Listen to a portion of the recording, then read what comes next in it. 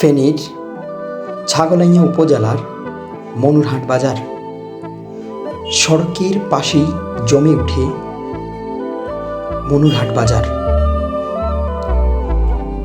যতই দামি ভালো মানের সবজি কেনার মতো হাট আছে, তার মধ্যে এটি একটি। এখানে সবজি বিক্রি হয় মোট দরে। মনুরহাট এবং এর আশেপাশে ক্ষেত খামারে ফলানো কাঁচা এবং পাকা সবজি বিক্রির খুব সচল জায়গা এই মনুরহাট।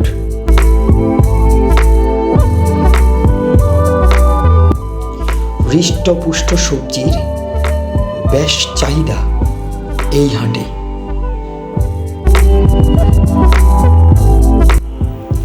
মঙ্গলবার এবং শুক্রবার এই দুদিন সাপ্তাহিক হাট বসে এখানে।